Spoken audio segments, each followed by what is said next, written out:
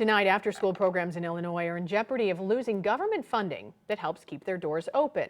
The uncertainty comes 9 months after Governor J.B. Pritzker signed a budget promising to spend $50 million to support after-school programs. Our political editor, Mark Maxwell, is investigating where the money went. Mark. Yeah, digging through budget documents and interviewing education officials today, we found the state is still sitting on that $50 million it pledged last year to after-school programs. Now, with local school districts facing tough budget decisions, they're pleading with lawmakers and the governor to keep their word. It's crunch time in Springfield. Twice last month, early childhood education at his budget address and later alongside Senator Tammy Duckworth, low-income families are at risk of losing the critical early child care and educational services they need. Illinois Governor J.B. Pritzker blamed the Trump administration for looming financial pressures and promised to use the state's spending power to push back. Improving much-needed services to working families and to the most vulnerable.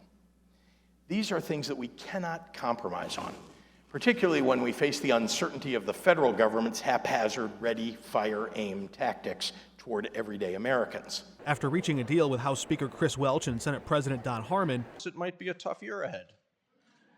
We will face stressful moments. Pritzker approved $50 million for after-school programs in last year's budget. But this year, Pritzker slashed that program to zero. The budget itself is a good roadmap when we introduce it for the things that we think must be the highest priorities, including education. Still, 9 months into this fiscal year, already approved in last year's budget, after-school programs haven't seen a dime. I think that programs at this point feel robbed. Did Illinois break its promise to after-school programs? Oh, 100%. There was a promise in the budget that there would be $50 million.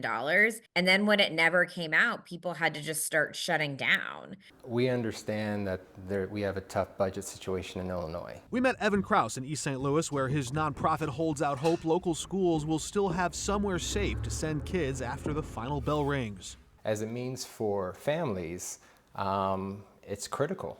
It ensures that their children have a safe place to go after school so that they can work, that they can continue to earn an income.